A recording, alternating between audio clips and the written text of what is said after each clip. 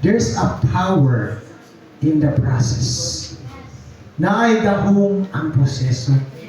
Kisa dali nga, love dali mo mo proseso. I love the process. No, dili sa itong simbahan na tayo proseso ginabuhat.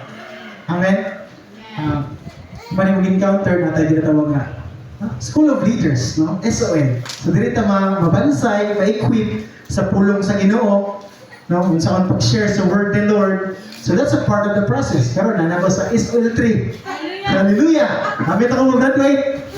Doon, naka-eskwela naman ko sa CLC Tagum na, pero gipili na ko ng eskwela gihapon.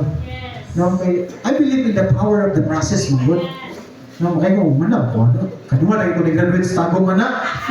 Eskwela ko na po dito sa mabili. Garap ko lagi nato. Pero, nasabtan ako the moment, i-allow na ko si Lord mo shape sa kuwa ba. In patience, in humility, karon ang pangutan na karon, will you allow God to process you? Taliwala sa proseso ha, ngay mong giagian karon, will you trust Him? If you don't understand, will you trust Him?